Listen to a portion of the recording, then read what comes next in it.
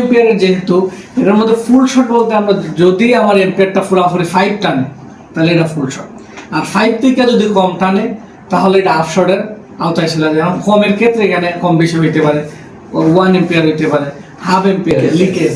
এখন ফুল শট বলতে আমি বুঝাইছি এটাই যে ফোনটা আপনার 5 এম্পিয়ার নেই, ঠিক আছে, বেশি বা 3 এম্পিয়ার নেই। যেমন নর্মালি ফুল শটটা আসলে হয় কোন মানে ফুল শটটা হয় কোন লাইনে, যখন আমরা অটো এম্পিয়ার গুলো দেখতে পাই মোবাইলের মধ্যে মানে পাওয়ার সাপ্লাইয়ের মাধ্যমে, তখন এই শটটা যখন দেখি তখন আমরা ধারণা করি কোন লাইনে শর্ট দিতে পারে।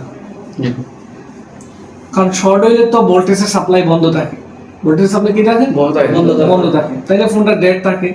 আর ফোনটা যখন ডেড থাকে তখন এর মানে বোঝা যায় যে আমার ফোনের যে স্টার্ট আপ সার্কিট আছে, স্টার্ট আপ সার্কিট জানেন? স্টার্ট আপ সার্কিট মানে হচ্ছে একটা ফোন চালু করার জন্য যে যে আইসি গুলো দরকার, যেমন চার্জিং আইসি, পাওয়ার আইসি, সিপিইউ এবং ইউএমসি, এই 4টা আইসি দরকার। এটা বলা হয় স্টার্ট আপ সার্কিট। কি বলা হয়? Start up circuit.